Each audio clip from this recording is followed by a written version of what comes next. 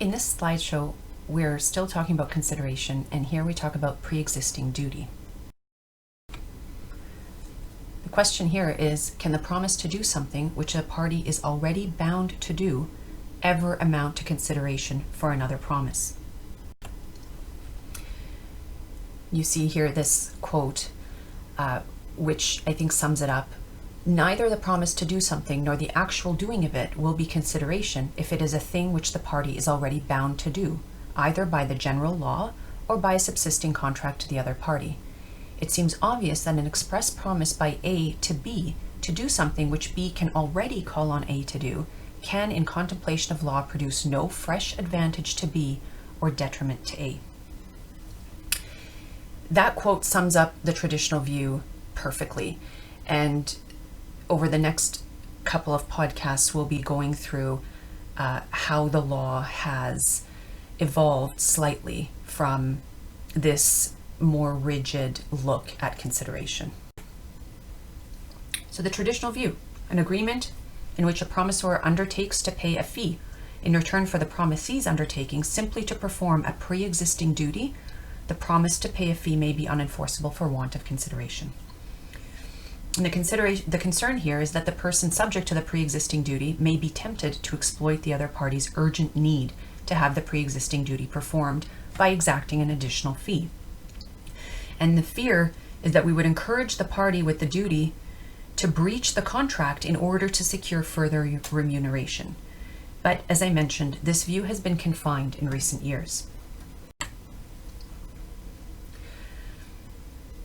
The reason we've had to confine it, and this will become clearer as we talk about the cases, is by striking down all agreements to perform pre-existing duties, the rule captures many cases where there is actually no factual basis for these concerns.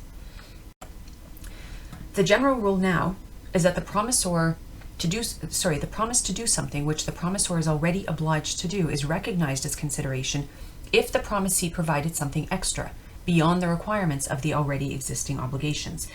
And here is where you'll see that courts are more ready to find consideration so as to reflect the intention of the parties, unless there's an element of fraud, duress, or inequality of bargaining power present.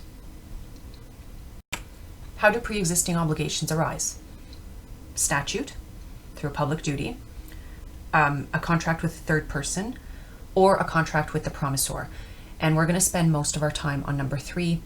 3A is the promise to perform an existing contractual obligation, and 3B is the partial payment of pre-existing debt. Rule: there is no consideration in the performance or the promise to perform an existing public duty.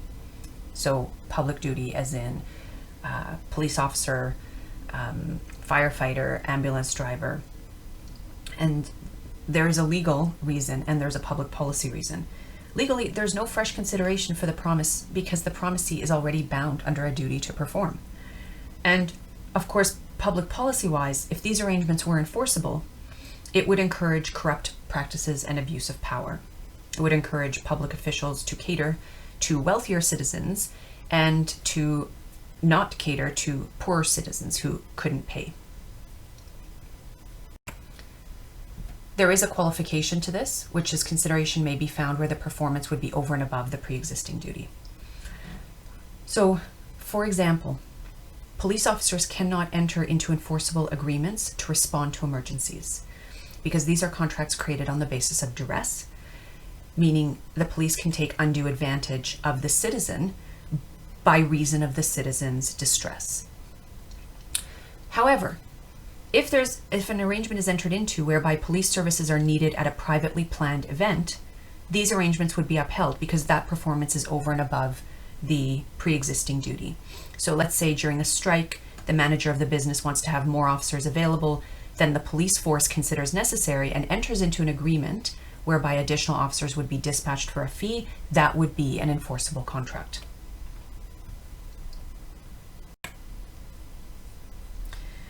Persons to whom the duty applies.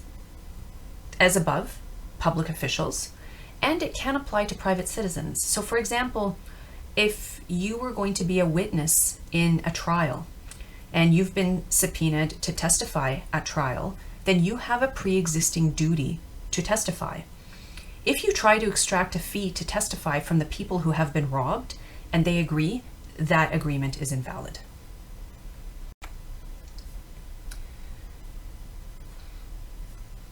Another way a pre-existing duty can arise is through a contractual obligation owed to a third party. And the rule here is that the promise to perform or the performance of a pre-existing contractual obligation to a third party can be valid consideration. There is a danger of using the performance of a pre-existing obligation as consideration for another contract, which is, it's not in the form of exploiting anybody as it would be with a public official, but it would be incurring multiple liability in the event of a breach. So, for example, you have a concert. Well, the performer agrees to perform, but the performer is entering into a lot of contracts. So it agrees with the promoter to perform the concert in exchange for $500,000. Agrees with a perhaps label, a record label, for $500,000. If all goes well, the performer's performance is going to get this person $1 million. But if the performer doesn't perform the concert, then the performer is liable to both the promoter and the record label, even though the performer has failed to do one thing. So unless the transaction is affected by some vitiating element such as mistake, duress, or fraud, a promise to perform an existing duty owed to a third party can be consideration for a new contract between the party already bound to the third party and a party contracting with the one previously so bound.